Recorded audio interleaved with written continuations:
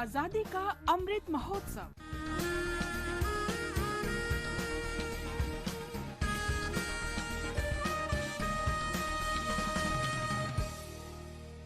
आजादी का सफर, आकाशवाणी समाचार के संग एक राष्ट्र का उदय।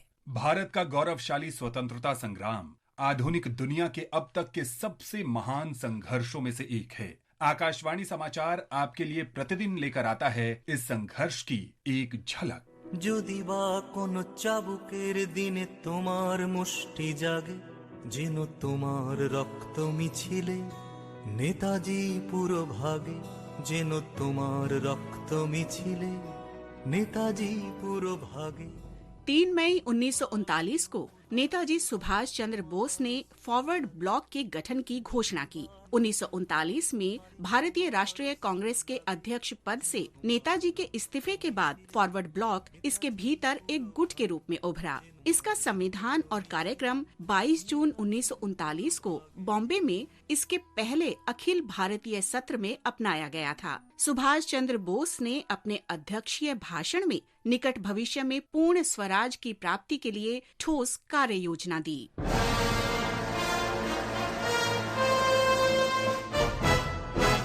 17 जनवरी 1941 को नेताजी सुभाष चंद्र बोस के भागने के बाद फॉरवर्ड ब्लॉक के नेताओं और कार्यकर्ताओं को ब्रिटिश पुलिस और उसकी खुफिया शाखा से तीखी यातना और अपमान का सामना करना पड़ा। बड़ी संख्या में इन नेताओं और कार्यकर्ताओं को गिरफ्तार किया गया और जेलों में डाल दिया गया।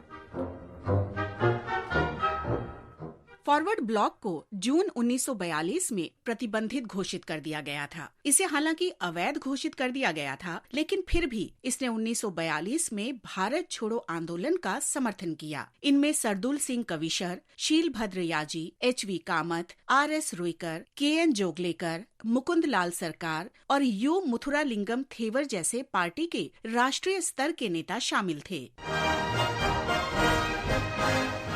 स्वतंत्रता के बाद पार्टी ने पश्चिम बंगाल में एक स्वतंत्र राजनीतिक दल के रूप में खुद को स्थापित किया।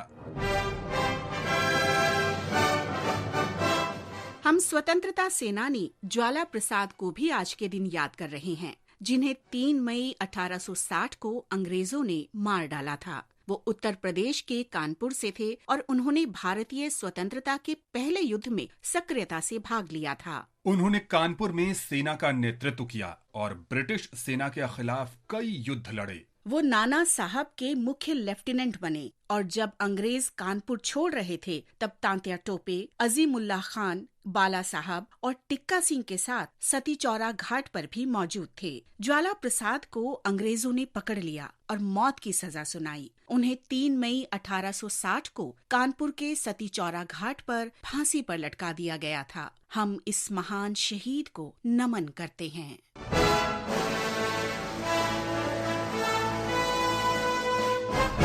हम क्रांतिकारी स्वतंत्रता सेनानी सुशील चंद्र कुमार सेन गुप्ता को भी याद करते हैं, जो 3 मई 1915 को शहीद हुए थे। उनका जन्म दिसंबर 1892 में असम में हुआ था। बाद में वे पश्चिम बंगाल में कोलकाता चले गए। अलीपुर बम मामले में अरबिंदो घोष के मुकदमे के दौरान व्यक्तियों को पीटने वाले हवलदार को मारने के कारण उन्हें भी पीटा गया। क्रांतिकारियों के मानिकतला समूह का सदस्य होने के कारण सुशील चंद्र पर अलीपुर बम मामले में मुकदमा चला, लेकिन उन्हें बरी कर दिया गया था। रिहाई के बाद सुशील चंद्र ने कोलकाता में बलिया घाट छापेमारी में भाग लिया और फरवरी 1915 में पथूरिया घाट में मुखबिर निरोध हल्दर की हत्या में भी शामिल थे। 3 मई 1915 को उन्होंने नादिया में खलीलपुर छापेमारी में भाग लिया, जहां 2 सब इंस्पेक्टरों और कुछ कांस्टेबलों ने उन्हें रोकने का प्रयास किया। इस झड़प में पुलिस ने गोली मारकर सुशील चंद्र की हत्या कर दी थी।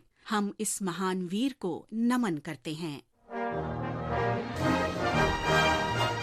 हम क्रांतिकारी स्वतंत्रता सेनानी जगदीश चंद्र राय को भी याद करते हैं, जिन्होंने 3 मई 1931 को देश सेवा में अपने प्राण न्योछावर कर दिए थे। उत्तर पश्चिम सीमा प्रांत डेरा इस्माइल खान के निवासी जगदीश चंद्र राय दिल्ली आए और क्रांतिकारी आंदोलन में शामिल हो गए। भगत सिंह और उनके साथियों को फांसी दिए जाने के बाद क्रांतिकारी गतिविधियों में भाग लेते हुए वो 3 मई 1931 को लाहौर के शालीमार बाग के पास एक बस में पुलिस के साथ मुठभेड़ में मारे गए। इस महान वीर को हमारा नमन।